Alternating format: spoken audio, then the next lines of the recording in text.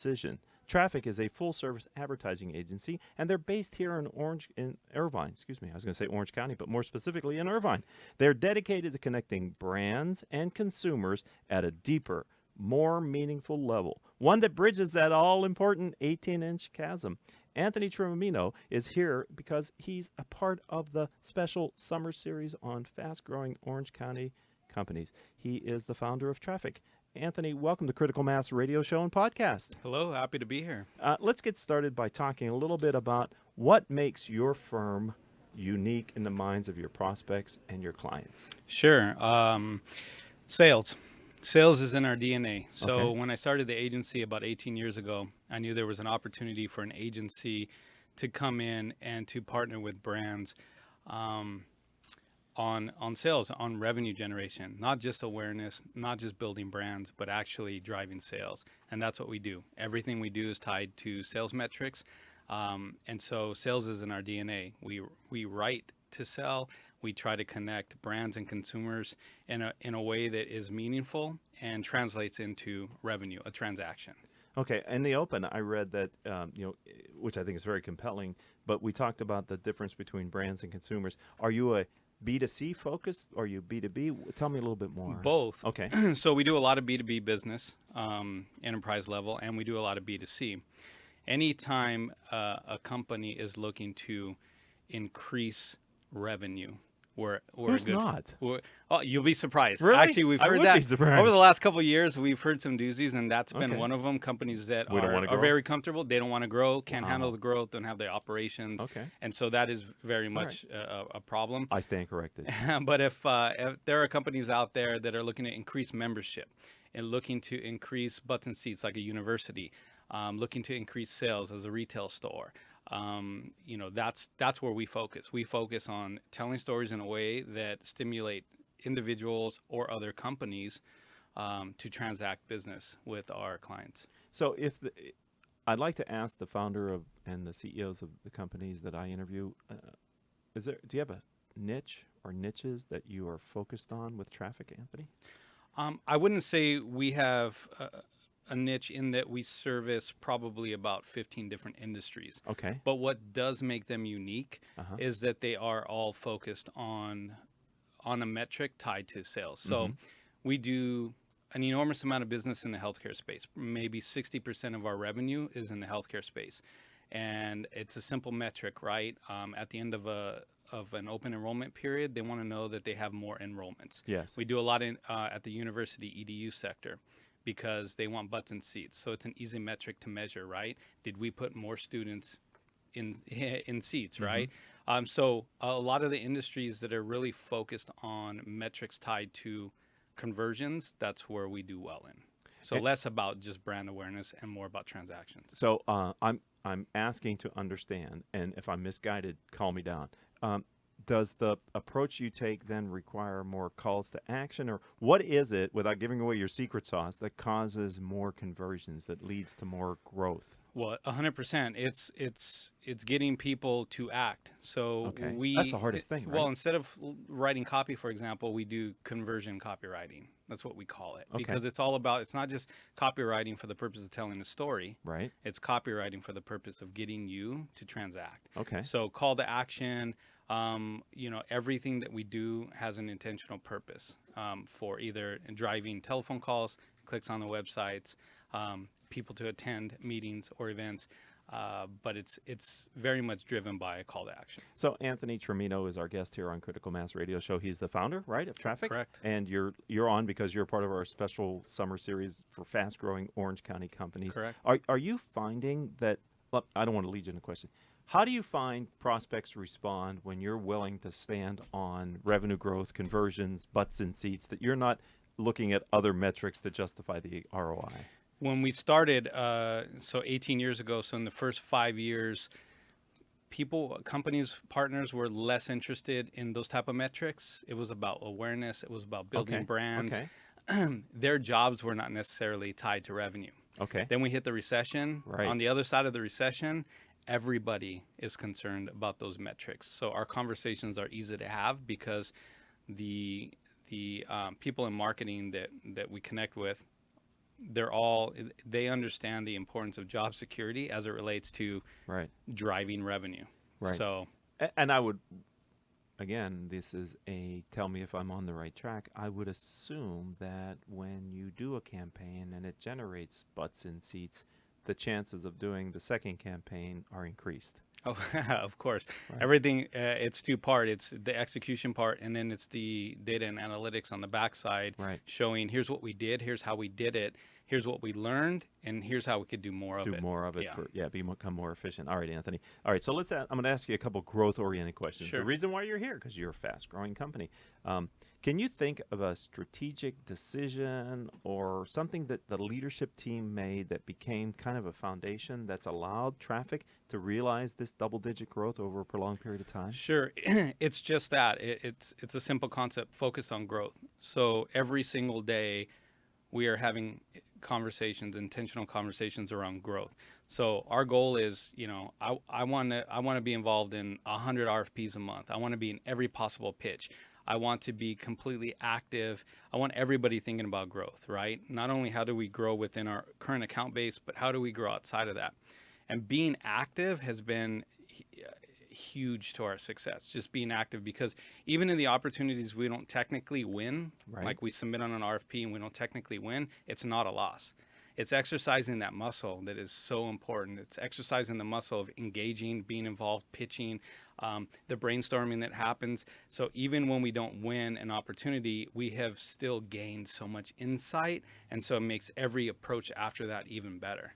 So it sounds like a cultural issue, which I'm going to ask you 100%. about. I'm going to ask you about culture here in a little bit. But as you were talking, a thought went into my head, which is you must be able to use the practice disciplines that you help your clients to generate revenue within your own business then.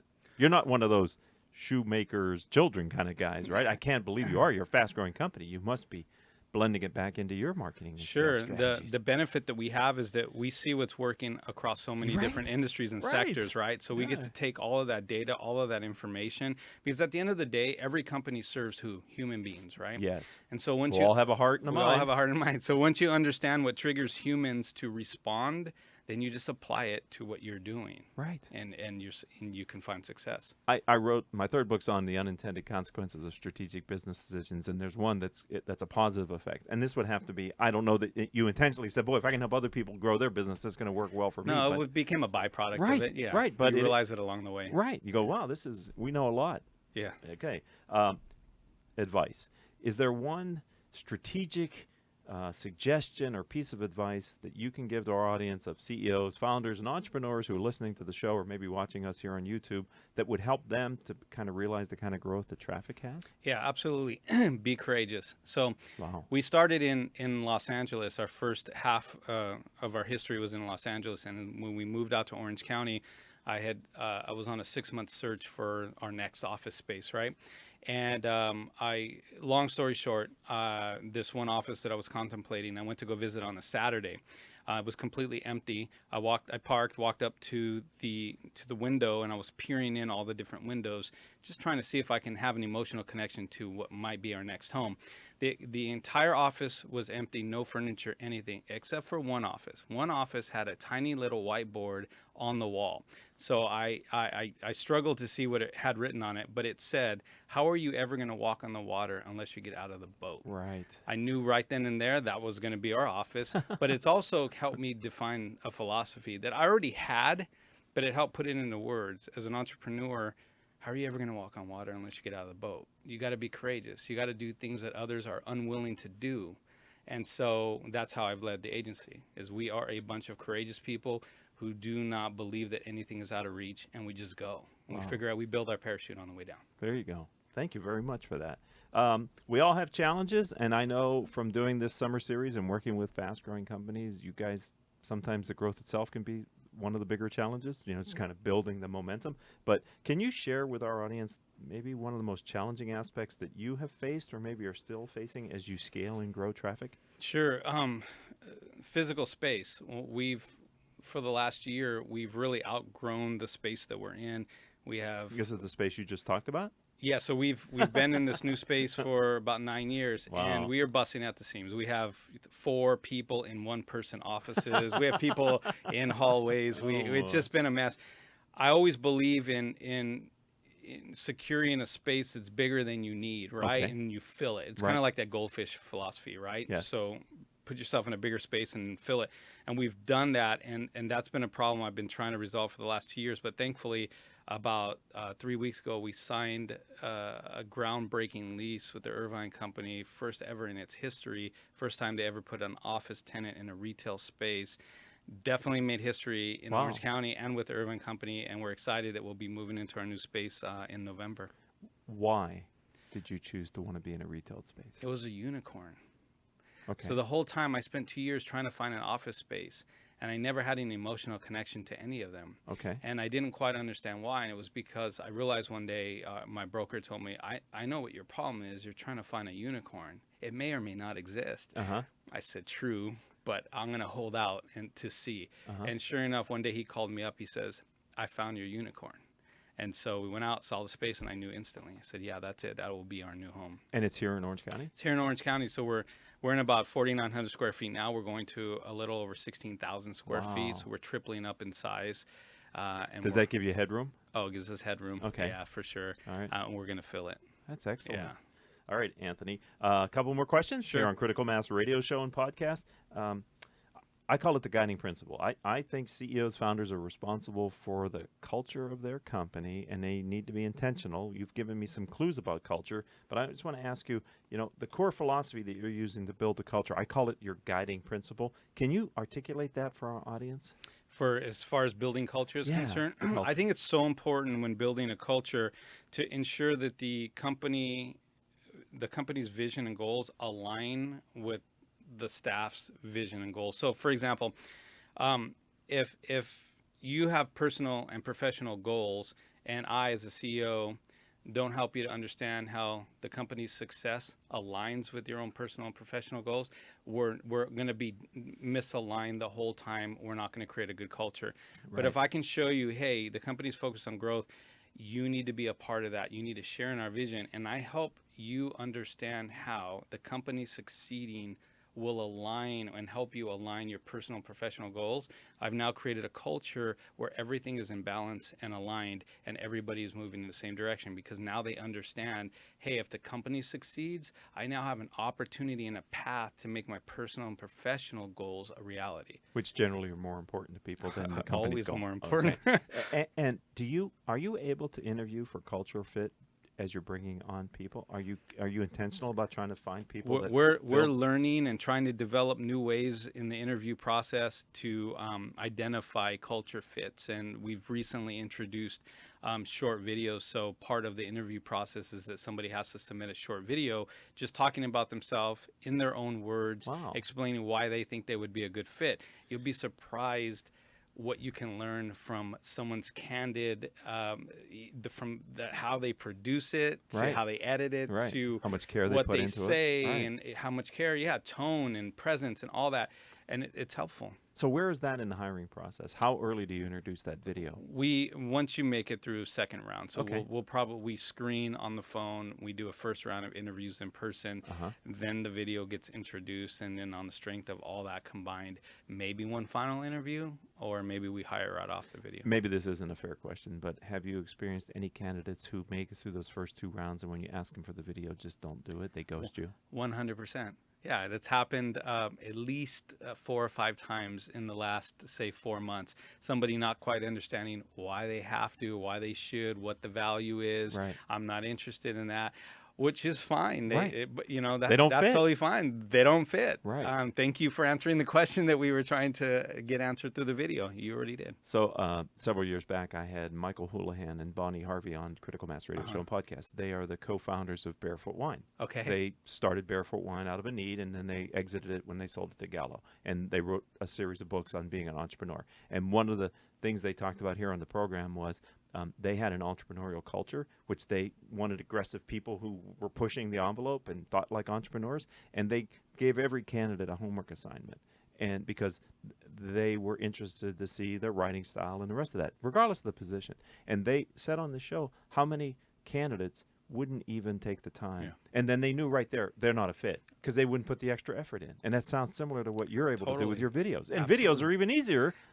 We live in a day and age now where people are posting videos like it's nothing, right? Right. You know, a couple times a day. Yeah. So we felt it was fitting with the time. We felt it was a simple ask. And it's really, you know, we're not using it to judge someone's qualifications. It's really a culture fit. It's, Yeah. you know, in a creative agency, are you willing to do some unexpected things Right. and Be creative. and be creative and have fun with it? Right. So I'd like to have my engineer ring the gong because the loyal listeners know here on Critical Mass Radio Show and Podcast that whenever they hear that sound, that there was just a conversation that happened. That because sometimes you listen to a podcast, you're not fully engaged. Please spin it back about 2 minutes and take in what Anthony Trimino and I talked about relative to his hiring practice and how to hire for culture. I ask a lot of entrepreneurs that, and some have an idea on how to get culture, others don't, and I believe your culture starts with your hiring process. absolutely. If you don't hire for your culture, you're not going to know till you get them in, and sometimes that's too late. Correct. Okay. I'd like to have you back on the show in the future, Anthony. Maybe 2 or 3 years.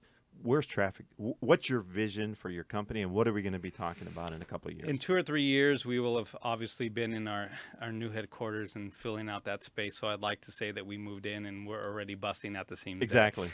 We will definitely be talking about an office on the East Coast. We currently have clients in at least 6 states on the East Coast.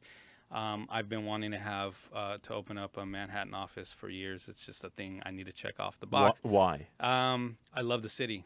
I absolutely love the city.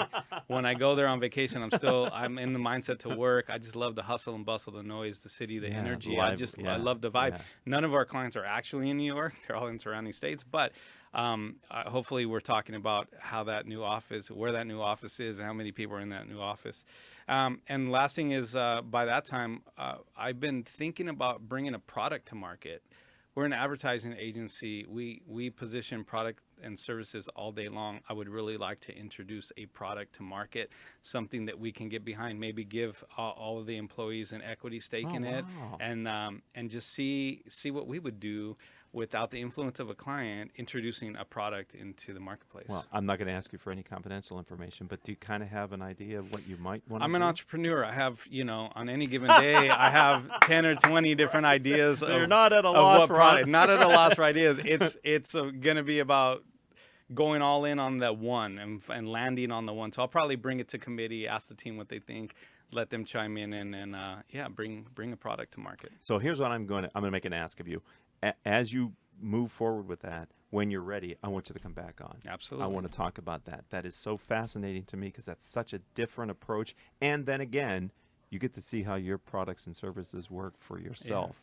Yeah. And you're going to learn so much from that. Totally. That's like such a crucible for you. Yeah. That's fantastic. Exactly. I love this. Thank you very much. All right. So someone's going to say, Anthony Trimino was rocked the house on Critical Mass Radio Show. I need to learn more about Traffik. How do they find you online, my friend? Best way is our website.